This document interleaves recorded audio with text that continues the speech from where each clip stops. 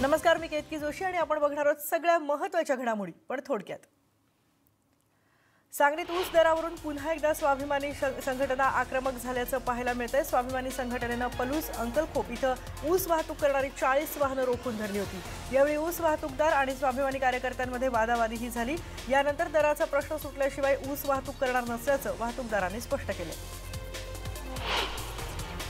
काँग्रेस आणि राष्ट्रवादी काँग्रेस पक्षाच्या नेत्यांची आज दिल्लीमध्ये बैठक होणार आहे। शिवसेनेसोबत किमान समान कार्यक्रमावर झालेल्या चर्चेवर आज शिक्कामोर्तब होण्याची शक्यता आहे। त्यामुळे पुढच्या 2 ते 3 दिवसात सत्ता स्थापनेचा तिढा सुटण्याची शक्यता आहे। आज संध्याकाळी 5 वाजण्याच्या सुमाराला दिल्लीत ही बैठक पार पडण्याची शक्यता आहे। नवी दिल्लीत संजय राऊत यांनी सलग दुसऱ्या दिवशी शरद पवार यांची भेट घेतली। शरद पवार आणि संजय राऊत यांच्यामध्ये पुन्हा महत्त्वपूर्ण चर्चा झाल्याची माहिती आहे। काँग्रेसच्या हंगामी अध्यक्ष सोनिया गांधी यांच्या निवासस्थानी काल एक महत्त्वाची बैठक झाली। यावेळी राज्यातल्या राजकीय परिस्थितीवर चर्चा करण्यात आली।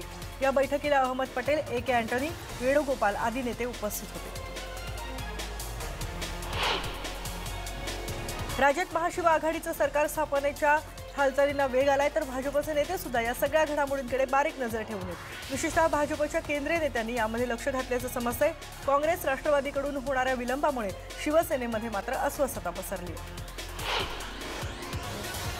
शिफारशीशिवाय भारतरत्न देता येतं अशी केंद्र सरकारनं संसदेत माहिती दिली आहे। गोपाळ शेट्टींनी या संदर्भातला प्रश्न संसदेत विचारला होता, त्यावर केंद्र सरकारनं हे उत्तर दिलंय।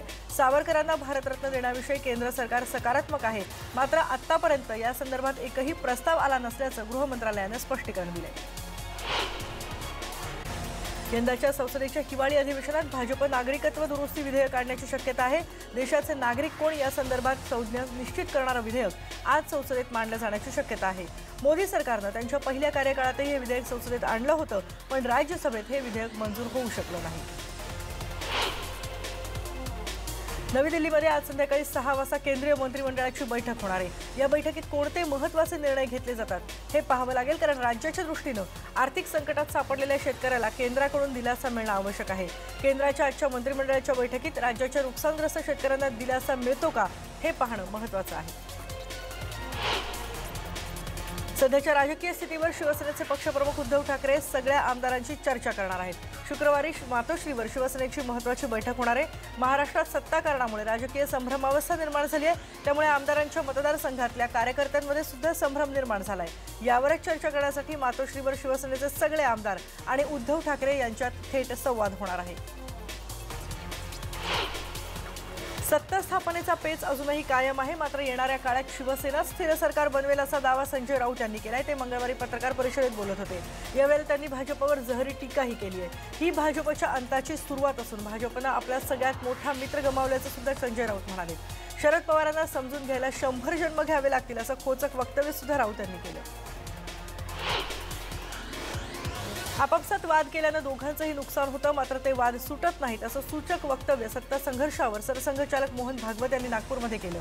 त्यांनी नचिकेत आणि यमाच्या कथेतून सार सांगत हे वक्तव्य केलंय। स्वार्थ केल्यानं नुकसान होतं, पण स्वार्थ कोणी सोडत नाही असंही ते म्हणाले। सत्ता स्थापनेच्या तिढ्यावरून काँग्रेस आमदार अस्वस्थ नाहीत। दिल्लीतले पक्षश्रेष्ठी जो निर्णय घेतील तो अंतिम आहे असं काँग्रेस प्रदेशाध्यक्ष बाळासाहेब थोरात यांनी सांगितलं। काँग्रेसचे प्रदेशाध्यक्ष बाळासाहेब थोरात यांच्या संगमनेरमधूनच शिवसेनेसोबत जायला काँग्रेसला विरोध होतोय। संगमनेर इथल्या मुस्लिम समाजानं सोनिया गांधी यांना पत्र पाठवून जातीयवादी पक्षासोबत जाऊ नका अशी विनंती केली आहे। तर स्वाभिमानी शेतकरी संघटनेचे अध्यक्ष राजू शेट्टी यांनी राष्ट्रवादीला सल्ला दिलाय। राष्ट्रवादीनं भाजपच्या मोहजालात फसू नये, सर्वसामान्य जनतेला ते कदापि मान्य होणार नाही असा सल्ला शेट्टी यांनी ट्विट करून दिलाय। स्थापन केलेली सत्ता टिकवणं हे महत्त्वाचं आहे, त्यामुळे शरद पवार हे जनतेच्या हिताचा योग्य निर्णय घेतील असा विश्वास राष्ट्रवादीच्या महिला प्रदेशाध्यक्ष रुपाली चाकणकर यांनी व्यक्त केलाय। नंदुरबार जिल्ह्यातल्या राष्ट्रवादीच्या कार्यकर्त्यांचा महिला मेळावा संपन्न झाला, त्यावेळी त्या बोलत होत्या। नुकसानग्रस्त शेतकऱ्यांना जाहीर केलेली मदत तोकडी असल्याचं सांगत त्यांनी नाराजीही व्यक्त केली। यंदाच्या निवडणुकीत शिवसेना संपवण्याची भाजपची खेळी होती, मात्र ती खेळी अपयशी ठरली आणि त्यांच्यावरच उलटली, असं म्हणत माजी गृहराज्यमंत्री आणि शिवसेनेचे आमदार दीपक केसरकर यांनी भाजपवर निशाणा साधलाय। केसरकर कल्याणच्या नेवाळी आणि चौदागाव परिसरात आले तर यावेळी पत्रकारांशी बोलताना त्यांनी भाजपवर टीका केली। राणेंना प्रवेश देणं ही सुद्धा भाजपची खेळी होती, मात्र राणे जिथे जातात त्यांची सत्ता जाते, त्यामुळे त्यांची सध्या काहीच किंमत नसल्याचं म्हणत केसरकर यांनी नारायण राणे यांची खिल्ली उडवली। पीएमसी बँकेचे 16 लाख खातेदारांच्या समस्यांवर चर्चा करण्यासाठी मुंबई काँग्रेसचे अध्यक्ष एकनाथ गायकवाड यांच्या नेतृत्वाखाली काँग्रेसच्या शिष्टमंडळानं महाराष्ट्राचे राज्यपाल भगतसिंग कोश्यारी यांची राजभवनावर भेट घेतली। यावेळी काँग्रेसचे आजी माजी खासदार, आमदार आणि नगरसेवकही उपस्थित होते। पीएमसी बँकेच्या ग्राहकांवर अन्याय न होता तात्काळ यामध्ये लक्ष घालण्याची मागणी काँग्रेस नेत्यांनी केली। शेतकऱ्यांच्या जिव्हाळ्याचा विषय असलेल्या बैलगाडा शर्यतीबाबत काल शिरूरचे खासदार डॉक्टर अमोल कोल्हे यांनी शून्य प्रहरात बैलगाडा शर्यतीचा मुद्दा उपस्थित केला। त्यानंतर लगेचच त्यांनी केंद्रीय पर्यावरण मंत्री प्रकाश जावडेकर यांचीही भेट घेतली आणि महाराष्ट्राच्या संस्कृतीचा प्रश्न म्हणून विशेष लक्ष घालण्याची विनंतीही केली। नाशिक महापालिकेची महासभा तहकूब करण्यात आली। खास महासभेसाठी सहलीला गेलेल्या महापौर रंजना भानसी या महासभेसाठी सभागृहात आल्या होत्या, पण भाजप 4, राष्ट्रवादी 1 आणि काँग्रेसचे 2 असे फक्त 7 सदस्य सभागृहात उपस्थित होते। गणसंख्येअभावी महासभा तहकूब करण्याची नामुष्की मंगळवारी महापौरांवर आली। सर्व पक्षीय नगरसेवक सहलीला गेल्यानं सभागृह ओस पडलं होतं, त्यामुळे महापौरांची शेवटची सभा तहकूब करावी लागली। नाशिकमध्ये महापौर आणि उपमहापौर निवडणुकीच्या पार्श्वभूमीवर भाजप आणि मनसे असं नवं राजकीय समीकरण चर्चेत आलंय। काल मनसे कार्यालयात भाजप आणि मनसे नेत्यांची बैठक पार पडली। नाशिक महापालिका महापौर निवडणुकीमध्ये मनसेच्या पाठिंब्यासाठी भाजपचे प्रयत्न सुरू आहेत, त्यामुळे आता नाशिकातल्या मनसेच्या 5 नगरसेवकांची भूमिका महत्त्वाची ठरणार आहे। कोल्हापूर महानगरपालिकेच्या 49व्या महापौरपदी राष्ट्रवादीच्या सुरामंजिरी लाटकर यांची निवड करण्यात आली आहे। सुरामंजिरी लाटकर यांना 43 तर विरोधी भाजप आणि ताराराणी आघाडीच्या उमेदवार भाग्यश्री शेटके यांना 32 मतं मिळाली आहेत। सुरामंजिरी लाटकर यांनी 9 मतांनी भाग्यश्री शेटके यांचा पराभव केला। निवडणुकीच्या वेळेस शिवसेनेचे 4ही नगरसेवक मात्र गैरहजर होते। उल्हासनगरच्या महापौर पदासाठी होणाऱ्या निवडणुकीत भाजपची वाट खडतर होणार आहे। या पदासाठी भाजप आणि सेनेनं आपले स्वतंत्र अर्ज दाखल केले, त्यामुळे आता 22 तारखेला होणाऱ्या महापौर पदाच्या निवडणुकीत भाजप आणि सेनाची सरळ लढत होण्याची शक्यता आहे। महापौर पदासाठी 3 तर उपमहापौर पदासाठी 4 अर्ज दाखल करण्यात आले। उस्मानाबादच्या जिल्हा परिषदेमध्ये सत्ता बदल होण्याची शक्यता आहे। आतापर्यंत उस्मानाबाद जिल्हा परिषदेमध्ये राष्ट्रवादी आणि भाजपनं एकत्र येत सत्ता स्थापन केली होती, पण आता पुढचे 2.5 वर्षासाठीचं अध्यक्षपद एससी गटासाठी आरक्षित आहे आणि सत्ता बदल होण्याची त्यामुळे शक्यता दाट आहे। जिल्हा परिषदमधल्या राष्ट्रवादीचे भाजपचे आमदार राणा पाटील यांच्यासोबत राष्ट्रवादीचे नगरसेवक जाणार का आणि शिवसेनेचे 11, काँग्रेसचे 13, अपक्ष 1 आणि राष्ट्रवादीचे काही सदस्य मिळून जिल्हा परिषदेमध्ये महाआघाडीचं सरकार स्थापन करणार का हे पाहावं लागणार आहे। औरंगाबाद महापालिकेच्या आयुक्तांच्या खुर्चीला नगरसेवकांनी चक्क हार अर्पण केला। पालिका आयुक्त निपुण विनायक गेल्या अनेक दिवसांपासून महापालिकेत येत नाहीयेत। त्यांच्या अनुपस्थितीमुळे अनेक महत्त्वाची कामं रखडली आहेत। मंगळवारी सर्वसाधारण सभेच्या वेळेला सुद्धा आयुक्त हजर राहिले नाहीत, त्यामुळे सर्व पक्ष नगरसेवकांनी त्यांच्या रिकाम्या खुर्चीलाच हार अर्पण केला। भिवंडी गुन्हे शाखेनं ठाणे शहर आयुक्तालया परिसरामध्ये घडलेल्या तब्बल 38 गुन्ह्यांची उकल केली आहे। त्यामधून 698 ग्रॅम वजनाचे सोन्याचे दागिने, मोटरसायकल, मोबाईल टॉवर बॅटरी अशा चोऱ्यांमधल्या गुन्ह्यांची उकल करण्यात यश आलंय। 21,97,500 रुपयांचा मुद्देमाल या सगळ्यातून जप्त करण्यात आलाय। कल्याणमध्ये चोरट्यांनी दुकानातली चक्क आईस्क्रीम आणि कोल्ड्रिंकच्या बाटल्या चोरून नेल्यात। विशेष म्हणजे या चोरट्यांनी आईस्क्रीम खात आणि कोल्ड्रिंक पितच हा दुकानावर डल्ला मारलाय। चोरीचा हा सगळा प्रकार सीसीटीव्हीमध्ये कैद झालाय। या खादाड चोरट्यांचा आता पोलीस शोध घेत आहेत। ठाण्याच्या पहिल्या महापौर मीनाक्षी शिंदे यांच्या कार्यकाळातली शेवटची महासभा मंगळवारी पार पडली। या महासभेत मावळत्या महापौर मीनाक्षी शिंदे यांचा शाल आणि पुष्पगुच्छ देऊन महिला नगरसेवकांनी सत्कार केला। नव्या महापौराच्या निवडणुकीसाठी उमेदवारी अर्जही भरण्यात आलेत, मात्र शिवसेनेचे नवे महापौर म्हणून नरेश म्हस्के यांची निवड जवळपास निश्चित मानली जाते, केवळ औपचारिकता शिल्लक आहे। कांद्याचे भाव गगनाला भिडलेले असताना नागरिकांच्या डोळ्यात आता पाणी येतंय आणि या महागाईनं होरपळलेल्या चोरट्यांनाही आता किमती वस्तूंऐवजी ठाणे भाजी मार्केटमध्ये कांदे बटाटे चोरी करत असल्याचं निदर्शनास आलंय। ठाणे नगर पोलीस ठाण्यामध्ये तोंडी तक्रारी नोंदवल्या जात होत्या, त्यानुसार पोलिसांनी गस्त वाढवलेत आणि त्यांच्या सापळ्यामध्ये कांद्याची 60 किलो वजनाची गोणी चोरून नेणारा एक गजाआड झाला। विरार पूर्वेकडच्या खार्डी रेती बंदरावर छापा टाकून करोडो रुपयांचा मुद्देमाल जप्त करण्यात आला. तिघांना अटक करण्यात आली आहे. या प्रकरणी विरार पोलीस ठाण्यात गुन्हा दाखल केला आहे आणि पुढचा तपास सुरू आहे. विरारमधल्या खार्डी बंदरात अवैध रेती उत्खनन होत असताना पालघर अधीक्षक गौरव सिंग यांनी अचानक धाड टाकल्यानं वाळू माफियांचं धाबं दणाणलं. पोलादपूर नगरीचे ग्रामदैवत श्री काळभैरवनाथ जोगेश्वरी देवस्थानच्या वतीनं कार्तिक वद्य अष्टमीला काळभैरवनाथ जयंती उत्सव दरवर्षीप्रमाणे साजरा करण्यात आला. देवस्थान समितीतर्फे अभिषेक, श्री सत्यनारायणाची महापूजा, भजन, कीर्तन, महाआरती, आदिशक्ती महिला भजन मंडळाचं भजन, रात्री श्री काळभैरवनाथ जयंतीनिमित्त ग्रामदेवतांवर फुलांची उधळण आणि 12 वाजल्यानंतर महाआरती झाल्यानंतर दिवसभराच्या उत्सवाची सांगता करण्यात आली. साखरेचे दुष्परिणाम समजण्यासाठी अन्न आणि औषध प्रशासन विभाग आता नवं पाऊल उचलण्याच्या तयारीत आहे. साखर खाणं आरोग्यासाठी घातक असा इशाराच लवकरच साखरेच्या पोत्यावर छापणं बंधनकारक होणार असल्याचं कळतंय. वैद्यकीय क्षेत्रात साखरेचा उल्लेख पांढरं विष म्हणूनच केला जातो.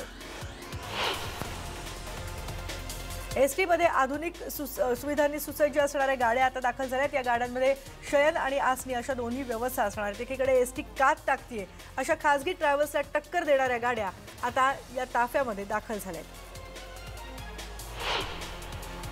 मुंबईमध्ये थंडीची चाहूल लागली आहे. या वर्षातल्या सर्वात कमी तापमानाची नोंद काल करण्यात आली. काल मुंबईचं तापमान 21.4 अंश सेल्सिअस इतकं नोंदवलं गेलंय.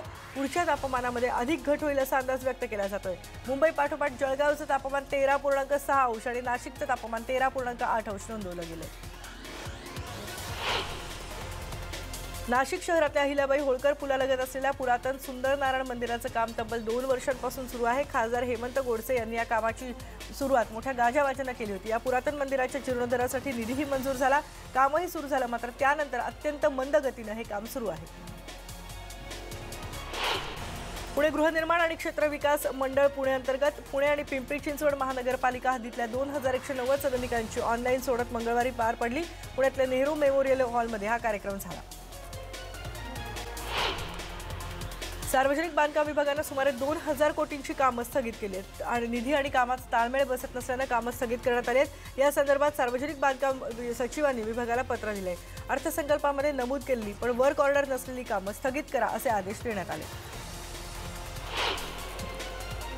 मीरा रोड इथल्या काशीमीरा परिसरातल्या पेनकरपाडा इथं राहणाऱ्या तरुणाची त्याच्या मित्रांनाच पैशाच्या वादातून हत्या केल्याची घटना घडली आहे. हर्षल कालखिरे आणि अविनाश बामणे हे दोघं मित्र होते. अविनाशकडून कामाचे 27,000 रुपये येणं हर्षलला बाकी होतं. अविनाश पैसे देत नसल्यामुळे त्यांच्यात वाद सुरू होता. याच वादातून हर्षलची हत्या केल्याचं म्हटलं जातं. नालासोपारा पूर्व इथल्या आचोळे रोड इथे एका अल्पवयीन मुलीवर 4 जणांनी सामूहिक अत्याचार केला. या प्रकरणी तुळींच पोलिसांनी तक्रार दाखल करून कैलास आणि रोहित या आरोपींना अटक केली आहे. तर एका अल्पवयीन मुलाला ताब्यात घेतले. दिवाळी संपूनही एकही साखर कारखाना अजून सुरू झालेला नाहीये. राज्यातल्या निम्मे साखर कारखाने सध्या ऊसाअभावी बंद आहेत. याबद्दल आमदार दिलीप वळसे पाटील यांनी चिंता व्यक्त केली आहे. पुण्यात मंगळवारी अखिल भारतीय किसान सभेच्या वतीनं कृषी आयुक्तालयावर धडक मोर्चा काढण्यात आला. तुटपुंज्या शासकीय मदतीचा निषेध करण्यासाठी राज्यपालांना 80 रुपयांचं पाकिटही परत करण्यात आलं. डॉक्टर अजित नवले यांच्या नेतृत्वात हा धडक मोर्चा काढण्यात आला. धुळ्यामध्ये ओला दुष्काळ जाहीर करून शेतकऱ्यांना त्वरित मदत करावी या मागणीसाठी धुळे जिल्ह्यात प्रहार संघटनेच्या वतीनं रास्ता रोको आंदोलन करण्यात आलं. यावेळी प्रहार संघटनेच्या कार्यकर्त्यांसह शेतकरी सुद्धा आंदोलनात सहभागी झाले होते. जोरदार निदर्शनं करण्यात आली. सरकारनं ओला दुष्काळ जाहीर करून तात्काळ पीक विम्यासह दुष्काळ निधीची मदत शेतकऱ्यांना द्यावी अशी मागणी यावेळी करण्यात आली. यवतमाळ जिल्ह्यातल्या कापूस शेतकरी अक्षरशः रडकुंडीला आलाय. निसर्गाच्या हाहाकारामुळे शेतकऱ्याच्या हाती कमी प्रमाणात पाऊस लागला. त्यात आता कापूस वेचणीसाठी शेतकऱ्यांना मजूर मिळत नाहीयेत. सरकारची कापूस खरेदी केंद्रही अजून सुरू झाली नाहीत. याचा फायदा व्यापारी घेत आहेत आणि शेतकरी सगळ्याच बाजूंनी पिसला जातोय. दरम्यान सीसीआयचं कापूस खरेदी केंद्र सुरू करण्यात यावं अशी मागणी आता शेतकरी करतायत. नवी मुंबईतल्या घणसोलीमध्ये हनुमान सोसायटीच्या आवारात पार्क केलेल्या वाहनांना अचानक आग लागली. या आगीत 2 रिक्षा आणि 6 दुचाकी जळाल्या आहेत. इमारतीच्या आवारात कुठेही शॉर्ट सर्किट किंवा इंधन गळती झाल्याचं अजून दिसलं नाहीये. त्यामुळे आग मुद्दाम लावल्याची शक्यता व्यक्त करण्यात येते. याआधी तणाव निर्माण करण्यासाठी किंवा पूर्व वैमनस्यातून मुद्दाम वाहनं जाळण्याचे प्रकार नवी मुंबईत घडले. पोलादपूर कशेडी घाटात भोगावच्या हद्दीत 2 कंटेनर्सची समोरासमोर धडक झाली. या अपघातात एक कंटेनर चालक जखमी झालाय. या अपघातामुळे कशेडी घाटातली वाहतूक कोलमडली होती. जेसीबीच्या सहाय्याने कंटेनरचा ड्रायव्हर केबिन तोडून आत अडकलेल्या चालकाला बाहेर काढण्यात आलं. या ड्रायव्हरला उपचारासाठी पोलादपूर ग्रामीण रुग्णालयावरचा घाट प्रवास अधिक सुखद व्हावा यासाठी मंकी हिल जवळ पुलाचा विस्तार करण्याचा निर्णय रेल्वेने घेतलाय। मुसळधार पावसात तोडू वाहून जाण्याच्या समस्येवर तोडगा काढण्यासाठी 2 ठिकाणी संरक्षक भिंतही रेल्वे उभारणार आहे।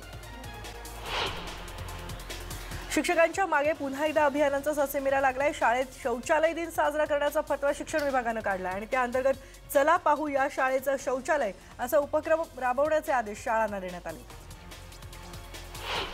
राजस्थानमध्ये स्थानिक स्वराज्य संस्थांच्या निवडणुकीत काँग्रेसला चांगलं यश मिळालंय।